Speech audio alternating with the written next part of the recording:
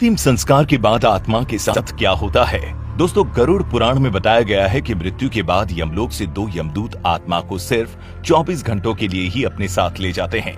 इन 24 घंटों में मृतक के परिजन उसके शरीर का अंतिम संस्कार और अन्य कर्म करते हैं, तो वहीं दूसरी तरफ यमलोक में इस दौरान आत्मा को उसके जीवन भर किए गए कर्मों को दिखाया जाता है। इसके बाद यमदूत आत्मा को वापस उसके घर छोड़ देते हैं।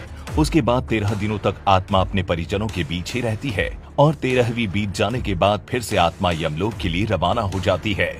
इसी बीच आत्मा को 3 अलग अलग मार्ग दिखाए जाते हैं। अब इनमें से किस मार्ग पर आत्मा को भेजा जाएगा, ये उसके जीवन में किए गए कर्मों पर निर्भर करता है, जिनमें से जो पहला है वो है अर्ची मार्ग, जो कि देवलोक की यात्रा का मार्ग है।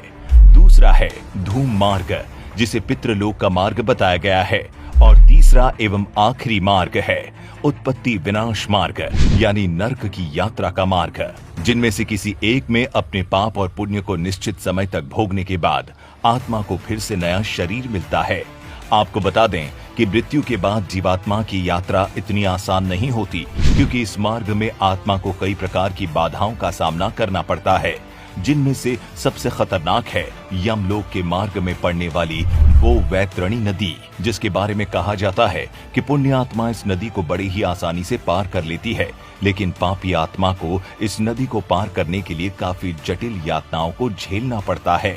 इसका आधार हम गरुड़ पुराण को भी मान सकते हैं, जिसमें बताया गया है कि एक बार जब पक्षीराज गरुड़ ने श्री हरि से पूछा कि हे प्रभु, मृत्युलोक और यमलोक के बीच जो वैतरणी नदी मौजूद है, उसे भला एक जीवात्मा का क्या संबंध है और उसे इस नदी में कैसी सजा भुगतनी पड़ती है? तब उन्हें भगवान श्री हरि ने बताया कि हे गरुड़, जो भी पापी आत्मा इस नदी में प्रवेश करती है, वो रक्त से भरे एक पात्र में घी की तरह खौलाई जाती है। इस नदी का जल कीटाणुओं और वज्र के समान सूंड वाले जीवों से भरा रहता है, और जैसे ही कोई पापी आत्मा उस नदी में प्रवेश करती है, वो नदी अचानक से 12 सूर्य से उत्पन्न होने वाली गर्मी के समान तपने लगती है, और उस महाताप में पापी चिल्लाते हुए करुण विलाप करने लगता है। और जब महाताप उसके बर्दाश्त से बाहर चला जाता है, तब वो दुरात्मा उस भयंकर रक्त रूपी जल में डुबकी लगाने लगती है। तो आप जानते हैं कि जिन लोगों ने अपने जीवन में पाप किए होते हैं, उन्हें नरक भेजा जाता है, वहीं जो अच्छे कर्म करते हैं उन्हें स्वर्ग मिलता है। यहाँ तक कि जो आत्माएं स्वर्ग की हकदार बनती है, उन्हें यमराज स्वयं अपने भवन से स्वर्ग के द्वार तक छोड़ने जाते हैं। यहाँ अप्सराएं उनका स्वागत करती है। वहीं जो लोग सिर्फ अपने बारे में सोचते हैं और जिन्होंने अपने पूरे जीवन काल में किसी दूसरे का हित नहीं किया होता, उन्हें नर्क में स्थान मिलता है। बता दें कि गरुड़ पुराण में अलग अलग नरकों का जिक्र भी किया गया है, जहां मृत आत्मा को पापों की सजा मिलती है।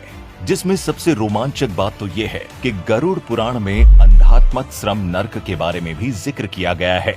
ये नर्क केवल उन्हीं पति पत्नियों की आत्माओं के लिए है जो अपने साथी को केवल लाभ या उपभोग की एक वस्तु समझते हैं। इस नर्क में ऐसी ही आत्माओं को मारा जाता है। वहीं तमिश्रम नर्क में उन लोगों को जगह मिलती है जिन्होंने अपने जीवन में दूसरों की संपत्ति हड़पी होती है। यहाँ उन्हें तब तक मारा जाता है जब तक कि वे बेहोश न हो जाए। दोबारा होश में आने के बाद फिर से उन्हें इसी तरह लहूलुहान किया जाता है, और ये सिलसिला तब तक चलता है जब तक कि सजा का समय समाप्त न हो जाए। वहीं कुंभीपाकम नामक नर्क में शिकारी लोगों यानी उन लोगों की आत्माओं को लाया जाता है जो अपने शौक के लिए जानवरों की हत्या की होती है। यहाँ उनके इस कर्म की सजा में उन्हें खौलते हुए तेल में उबाला जाता है। आपको क्या लगता है, आप किस लोक के लोभी बनेंगे? नीचे कमेंट करके जरूर बताएं।